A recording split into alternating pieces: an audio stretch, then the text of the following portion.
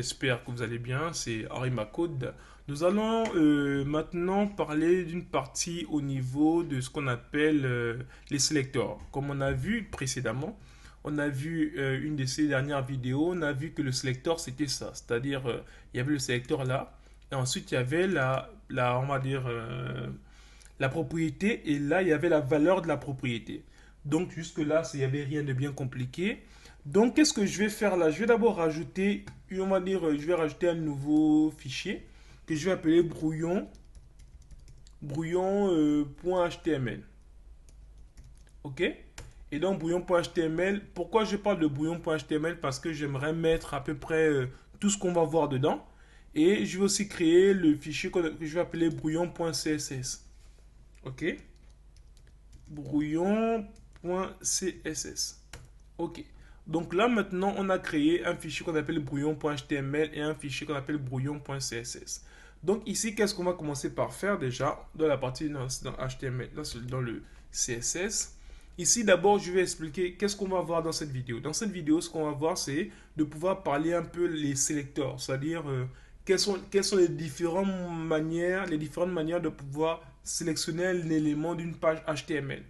Parce que les sélecteurs sont très importants parce qu'ils existent aussi en JavaScript et aussi en jQuery. On verra ça aussi plus tard, mais juste pour dire que on va voir un peu à quoi servent les sélecteurs. Ok, donc maintenant ici au niveau de comment les sélecteurs, on va d'abord commencer à créer d'abord tout HTML, là, HTML5 comme ça. Ok, là on a obtenu déjà notre page HTML. Ici, qu'est-ce qu'on va rajouter? On va dire ici, bon c'est quoi on va dire? Brouillon.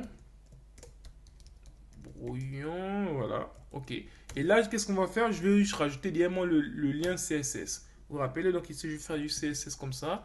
Après, je vais mettre ici brouillon comme ça. Terminé. Ok. Là, maintenant, on a bien rajouté notre brouillon dans notre page HTML. Et comment on peut voir ça? Comment on peut voir ça déjà rapidement? On va faire un truc simple. Pardon. On va faire un truc simple là.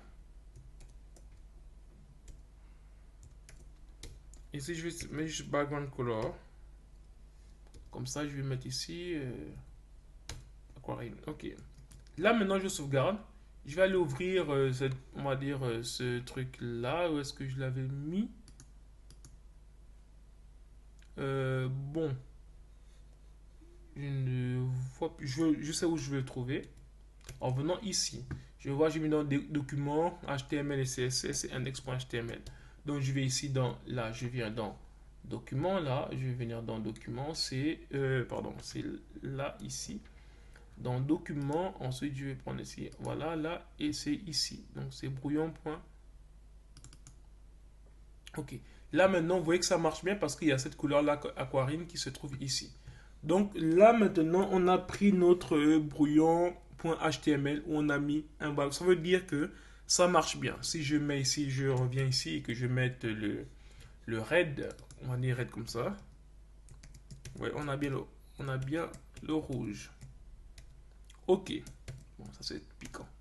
Mais bon, c'est juste pour vous dire que ça marche bien. Donc ici maintenant, qu'est-ce qu'on va faire? On va parler rapidement de la différence des différents sélecteurs. Comme on disait, pourquoi j'ai mis l'étoile? En fait, qu'est-ce que j'ai mis ici? L'étoile veut dire sélectionne-moi tout. Ça veut dire toute la page, un peu comme body, mais c'est toute la page. Et donc là, maintenant, ce qu'on va appliquer, c'est sur toute la page. Donc ici, pour le moment, c'est bon. On va faire rapidement, comme ça, à mettre, on va dire un H1. Un H1 comme ça, on va dire bienvenue sur notre brouillon. Ok, donc ici, on a bien ici une balise H1. Après, je vais mettre ici notre premier paragraphe. Le premier paragraphe. Notre second test pour voir si tout marche bien. Ok, d'accord. On a fait ça, voilà. Maintenant, si on revient ici, on va rafraîchir. Tac, on a bien ça. Ok, bon, après, je peux enlever la couleur. C'était juste pour tester que le CSS marche bien. Donc, je peux enlever tout ça. Voilà, on efface tout et on revient là où on était. Ok, très bien. On rafraîchit. Voilà. Maintenant, ici, je vais essayer d'agrandir un peu parce que je pense que Pour certains, ouais, j'espère que c'est mieux pour vous comme ça. Oui, je vais mettre encore un peu plus. Voilà. Ok, j'espère que pour vous, c'est mieux comme ça. Et aussi, là, je pense que c'est peut-être petit aussi. Je vais essayer de rajouter un peu aussi. Là, comme ça. Non, là, c'est un peu trop déjà quand même. Ouais. Non, petit. Voilà, ok. On va arriver à ce niveau-là. Bon, maintenant, lorsqu'on revient ici, on a déjà quelque chose de plus grand et qui est plus lisible pour tout le monde parce que je suis sur iMac, donc l'écran est plus large. Donc, c'est pour ça que vous pouvez voir peut-être au loin. Donc, j'essaie d'agrandir un peu. Bon, maintenant, ici, qu'est-ce qui se passe? Ici, on va maintenant commencer à prendre ce qu'on appelle le sélecteur. Donc, ici, on avait dit qu'au niveau des sélecteurs, il faut mettre quoi? Là, on va vouloir sélectionner, par exemple, la couleur de, on va dire la couleur du texte. Des paragraphes. Donc je mets P comme ça. Et là maintenant, qu'est-ce que je fais ici? Je vais lui donner la couleur. Donc c'est couleur comme ça. Et là, je vais mettre ici le aquarine comme ça, là. Ok. Donc si je fais ça, regardez ce qui se passe. Ok, on a sélectionné notre... Ouais, ça se voit pas trop bien. Je vais enlever peut-être ça. Je vais mettre autre chose. Violet comme ça, voilà. Ok. Bon, maintenant ici, on a... Ouf, je sais pas si vous voyez bien. Non, je vais mettre autre chose. Je vais mettre du vert.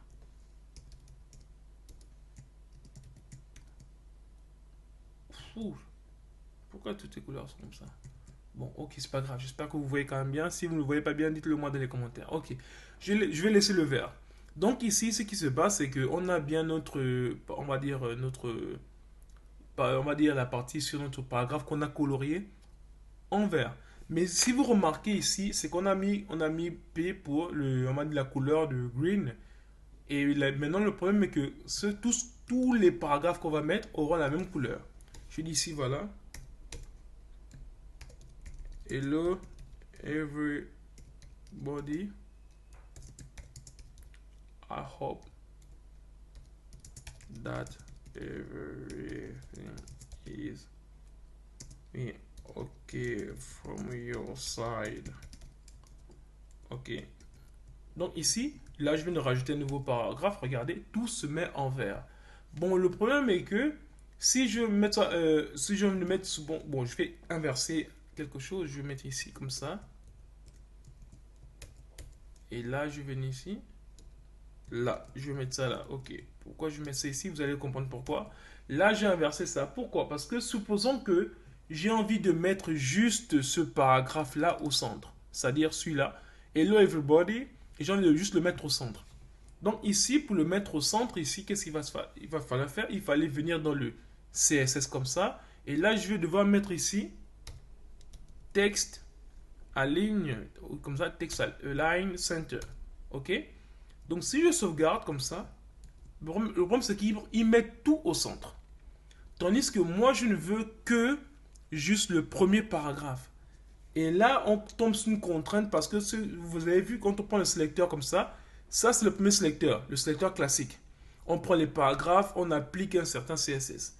Mais le problème c'est que on m'a dit tous les sélecteurs, ça veut dire de ce style-là dans la page HTML, ils vont avoir cette application-là. Tandis que je n'ai pas forcément envie de tout mettre en vert. Il y a des textes que j'ai envie de mettre en rouge, d'autres non. Et donc, comment faire la différence de l'élément exact qu'on veut changer? Bah là, maintenant, on tombe sur une nouvelle contrainte. En fait, c'est ici ce qu'on appelle les classes. Premier sélecteur, c'est juste sélectionner ce sélecteur-là. Là, c'est le premier. Deuxièmement, si on a un truc particulier, par exemple, lui, bon, lui là, je vais donner une classe. C'est un attribut des balises. Ça peut s'appliquer à toutes les balises. Classe. Ici, je vais classer ici, je vais mettre ici centre comme ça. Parce que j'ai envie de mettre ça au centre. Et donc ici, c'est juste ce que j'ai envie de mettre au centre, c'est juste celui-là. Donc lorsque maintenant je vais mettre ici, là, regardez. Pour le moment, regardez. Ouais, c'est bon. Maintenant ici, au lieu de mettre le P, je vais mettre quoi? Je vais mettre ici classe. Vous allez voir, je mets ici classe comme ça. Bah, qu'est-ce qui se passe? Vous voyez, ça ne se colorie pas. Ça veut dire quoi? Ça ne va pas marcher. Regardez. Non, pardon. Je voulais mettre, par exemple, pardon, je voulais mettre ici centre. Vous voyez ici, si je mets ça comme ça et que je sauvegarde, quand je raffiche comme ça, regardez, rien n'a marché. Pourquoi? Parce que, en fait, il ne reconnaît pas centre là. Pour le faire reconnaître, il faut mettre un point avant, comme ça. Lorsqu'on met un point et qu'on sauvegarde, vous allez voir, regardez, c'est juste cet élément qui a été appliqué. Donc, qu'est-ce qu'on va dire par là? On veut juste dire que lorsqu'on veut modifier un élément spécifique, on lui attribue ce qu'on appelle une classe. Une classe, c'est ça. Ça veut dire que c'est juste sur cet élément que je vais appliquer ça. Parce que si on laisse le P tout court, le P tout court, il va... Pardon, c'est ici. Si on laisse le P tout court, il va changer directement tous les paragraphes. Mais si on veut changer le paragraphe, un paragraphe en particulier, ce paragraphe, on lui donne un nom. Et pour lui donner un nom, c'est avec le mot-clé qu'on appelle classe égale centre. Et c'est là où on est sûr qu'on lui donne un nom qui est propre à lui. Je prends un exemple. Si j'appelle ça, je lui donne un deuxième nom comme ça. Je vais mettre ici classe, je vais appeler centre 2. Comme ça. Regardez, si je rafraîchis, il n'y a rien toujours. Parce que centre 2, il est à côté. Et donc là, maintenant, ce que je vais faire, c'est que je vais créer un autre truc comme ça. Ici, je vais dire, par exemple...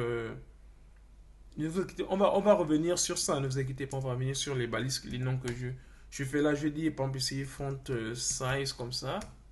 Et là, je vais mettre ici 16px, on sait. Après, maintenant, je mets ici. Ouais, qu'est-ce que je vais mettre la couleur quand même. La couleur que je vais prendre, bleu-violet, comme ça. Ok. Là, maintenant, je vais aller voir ce qui se passe. Regardez, bon, ouais, ok, bleu-violet, ouais, c'est ça. Donc ici, qu'est-ce qu'il a fait? Il a fait ça. Attends, je vais mettre ici... je sais pas c'est quoi, c'est... Il veut pas... Bon, ok. Vous avez vu en fait ici, qu'est-ce qui s'est passé? J'ai décidé d'agrandir la taille du texte. Ensuite, je lui mets la couleur bleu-violet. Et donc, c'est ce qui s'est passé là. Donc, vous voyez bien qu'il y a une différence entre les deux. Et pourtant, ce sont des paragraphes, mais par exemple, il y a un truc qui peut s'appliquer à tous. Par exemple, je vais mettre un autre truc qui est simple. Qu'est-ce que je peux dire ici? Par exemple, P, qu'est-ce que je peux dire? Par exemple, ouais, je vais utiliser background color gray. Ok? Si je fais ça, qu'est-ce qu'on a? Regardez ce qui se passe. Ici, il a mis tout, on va dire, tout le fond comme ça, en gris, tout le fond en gris, des trois côtés. Donc ça veut dire ici que en gris ici, en gris et en gris. Donc quand on met un P, c'est ce qui va s'appliquer sur tous les paragraphes. Après maintenant, on peut rajouter une spécificité à chacun des paragraphes en leur donnant un nom. Donc ici, lui qui a le nom centre, on a mis au centre ici. Lui qui a le nom, on va dire centre 2, bon, je peux l'appeler juste taille, hein, c'est-à-dire c'est pour faire plus logique. Donc je vais l'appeler ici taille comme ça. Mais attention, il faudrait que j'aille le renommer aussi de l'autre côté. C'est-à-dire si je prends taille comme ça, il faudrait que j'aille le renommer aussi ici en taille comme ça. D'accord? Et là, quand on réfléchit, on a bien le bon résultat. Donc voilà un peu ce qu'on peut dire rapidement au niveau des sélecteurs. Donc après, c'est pas totalement fini parce que là déjà, vous voyez, on a un sélecteur qui est déjà qui est appliqué. Ici, on avait appliqué centre, là c'était taille. Et là maintenant, ouais, je sais pas trop ce que je peux rajouter de plus là-dessus, mais déjà on peut garder ça. C'est-à-dire qu'on peut garder ça. C'est juste pour vous dire que quand on veut, ou bien on va dire, ouais, je vais peut-être sa ligne, ouais, je vais faire autre chose. Regardez, là maintenant, comme je vous disais, ici c'est ce qu'on appelle les classes. Mais il n'y a pas que les classes, il y a un autre qu'on appelle ID. C'est-à-dire si je viens ici, là, c'est un autre sélecteur. Je mets ici, comme ça, je vais dire ici left comme ça, left. Left, maintenant, qu'est-ce que je vais faire ici, là? Je vais prendre ici, maintenant, quand on a mis ID, regardez si je mets point comme ça, là, et que je mette ici left. Et là, maintenant, je vais dire ici text line, comme ça, je vais mettre par exemple left comme ça. Ok? Si je mets ça, regardez ce qui se passe. Bah, rien. Pourquoi rien? C'est parce que normalement, quand on a mis ID, c'est le même principe, hein, c'est-à-dire ID et classe, c'est quasiment pareil. Mais quand on met classe, vous avez vu, on a mis classe ici, donc on a mis un point. Mais quand on met un ID, on ne met pas un point, on met un dièse. Et là, maintenant, si je rafraîchis, je vois qu'il n'a pas fait ça. Pourquoi je vais voir, est-ce que j'ai bien tapé le... Ou bien je vais lui donner un autre nom d'abord, je vais voir. Test left. Je sais pas si c'est le mot-clé aussi qui veut pas. Attendez, je vais d'abord mettre ça comme ça pour voir déjà. Test left comme ça. Si je mets center ici. Comme ça, on va voir. Ok, mais oui, oui, mais c'est moi qui... Je ne vais pas mettre left, je vais mettre right, pardon. Parce que left, c'est par défaut, en fait. Il avait bien marché, mais c'est parce que j'ai mis par défaut. Donc, si on fait ça, regardez, il est bien à droite ici. Donc, vous voyez, le texte, il est bien à droite là. Et donc, là, vous voyez bien que comment on peut faire. Donc, pour les sélecteurs, en résumé, soit vous sélectionnez directement le nom, par exemple, le paragraphe, donc le sélecteur directement, ou bien vous lui donnez un nom avec classe qui permet de mettre point centre, ou bien vous lui donnez un nom avec ID qui permet de prendre le dièse. Mais la question qu'on peut se poser, pourquoi on en a mis deux, c'est-à-dire ID et classe si les deux font la même chose? C'est vrai, ils font la même chose. Mais la différence entre l'ID et la classe, c'est que lorsqu'on vient au niveau du code, quand on voit ID dans un code, dites-vous que ID c'est identifiant. C'est pour dire que c'est quelque chose qui sera unique. Par exemple, là, vous voyez, je prends un exemple simple. Ici, il y a centre là, n'est-ce pas? Je peux aussi mettre encore centre là. Ok?